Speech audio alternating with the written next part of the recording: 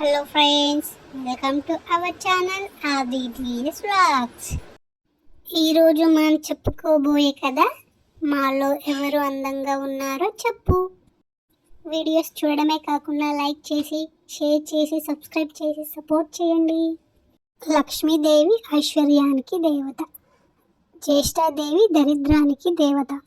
ఒకసారి వీరిద్దరికీ ఒక చిన్న అనుమానం వచ్చింది. అదేంటంటే తమలో ఎవరు చాలా అందంగా ఉన్నారు అని. ఈ విషయంపై వీరిద్దరూ వాదించుకుంటూ ఉండంగా వారికి ఎదురుగా ఒక వ్యాపారి ఎదురుగా వస్తూ కనిపించాడు.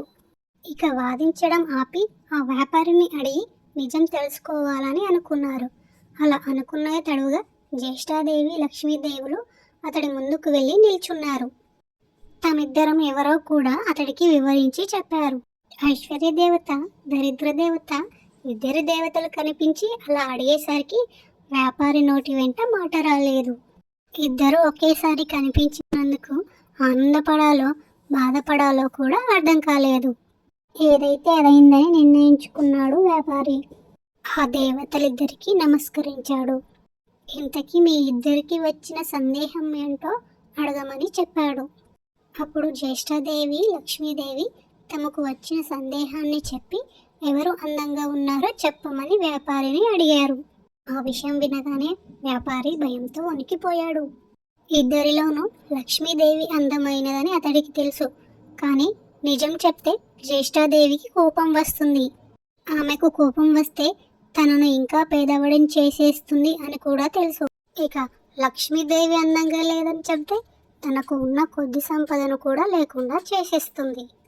ఏం చేసేది భగవంతుడా అని తల పట్టుకున్నాడు. ఇంతలో ఆ వ్యాపారికి మెరుపు లాంటి ఆలోచన వచ్చింది. అమ్మా మహాలక్ష్మి, నువ్వు ఇంట్లోకి వస్తున్నప్పుడు నీ అంత అందమైన స్త్రీ భూలోకంలో గాని స్వర్గలోకంలో గాని ఎవ్వరూ ఉండరు అని అన్నాడు ఆ వ్యాపారి. అలాగే ఓ జ్యేష్ఠాదేవి, నువ్వు ఇంట్లో నుంచి బయటకు వెళ్తున్నప్పుడు నీ అంత అందమైన స్త్రీ ఎక్కడా ఉండదు. ఈ సమయంలో నీ అందాన్ని దేంతోనూ పోల్చలేము అని అన్నాడు వ్యాపారి. ఆ వ్యాపారి ఎవ్వరి మనసులను నొప్పించకుండా చెప్పిన విధానం లక్ష్మీదేవిని జ్యేష్ఠాదేవిని సంతృప్తిపరిచింది. ఆ వ్యాపారి ఇద్దరిని విజేతలుగా నిర్ణయించాడని వారికి అర్థమయ్యింది. దీంతో ఇద్దరు దేవతలు అతడి నిర్ణయానికి సంతోషపడుతూ అక్కడి నుండి మాయమైపోయారు. ఇక్కడ అర్థం చేసుకోవలసిన విషయం ఏమిటంటే ఎవరికి వారు విజేతలమని అనుకుంటూ దేవతలు వెళ్ళిపోయారు కానీ నిజమైన విజేత మాత్రం వ్యాపారే.